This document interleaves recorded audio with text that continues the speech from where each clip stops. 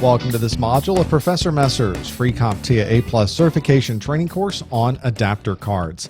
I'm James Messer, and in this module we're going to go through the requirements from CompTIA A+ 22701, our Essentials exam, section 1.9, where we need to summarize the function and types of adapter cards, video adapters, multimedia adapters, I/O adapters, and communications adapters.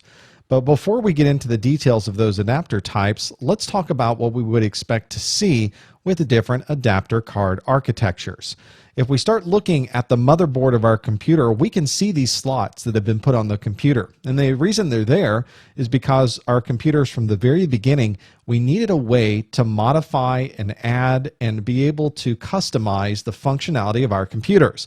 And so we not only have what comes on the motherboard, but we've got these really great slots there. We can plug in our own video cards. We can plug in additional communications cards or additional multimedia cards, and really we can make our computer work exactly the way we'd like. If you see any adapter card slots like this, these are PCI cards, and you can see not just the 32-bit PCI, but the 64-bit PCI slots. And you'll notice that the different slots have different connectors in them, these different bridges going across where you can only fit the right type of card in there. That's something that universally you'll see across adapter cards, memory connectors. It's intended to be engineered this way, so you cannot plug in the wrong kind of card onto your motherboard. It either fits or it doesn't, which means when you're installing it and it's not fitting, you may want to stop for a moment and have a look and make sure that the card you're trying to slide in there doesn't have something that's preventing it from going into that slot. You may be trying to plug in the wrong card into the wrong kind of slot. If you see any of these on your computer, you'll notice that they are PCI slots. In fact, it's kind of hard to see here, but the actual motherboard has next to it 64 PCI number 1, 64 PCI number 2. If you're watching this on our HD version, you can probably see PCI number 2 and PCI number 1 written right there on the motherboard. So sometimes there's no guessing. You don't have to remember what it looks like. It's written right there on the motherboard. Those keys that were on those PCI slots actually refer to these types of 3.3 volt and 5 volt signals. So these different cards you plug in may require different types of voltages. This particular card is a modem card. It's relatively old, and it was designed to work in places where you had both 3.3 volt and 5 volts available to you. So it'll work in almost any environment there. If you're trying to plug in a device and it's not fitting, it may be that one of these particular pin connectors, one of these keys that are there, are not on that adapter card. It's not going to work on your particular environment.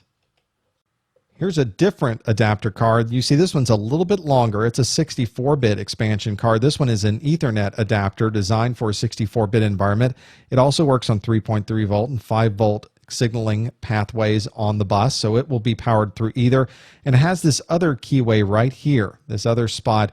And if that's there, we know that everything after that point is a 64-bit. So that's why this is designed to fit that way. If that was a little bit larger, you might be able to put it into a 30-bit, 32-bit connection. But this one is specifically designed only for 64-bit. It's only going to fit into something that is a 64-bit expansion interface PCI slot on the motherboard itself.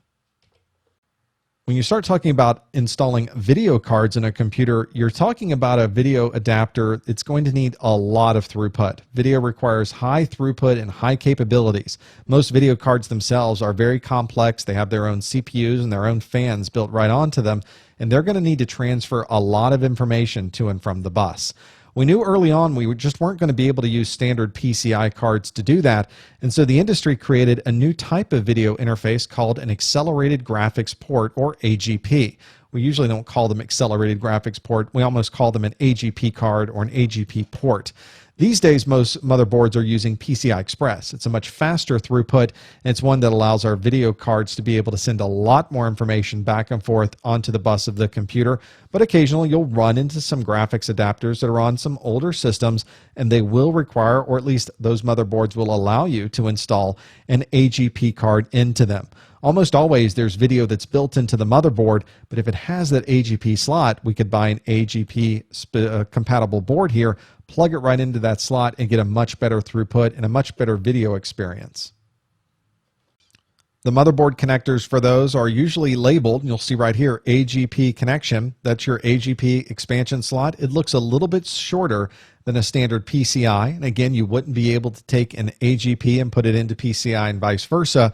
This is one where it's really specific only for AGP. That's the only thing you can do in this slot is put AGP video card into that. It doesn't do anything else, which is probably why it's one of the reasons why we really don't see AGP much anymore. If we can put everything in a PCI Express and run everything from PCI Express, just makes sense to do it that way.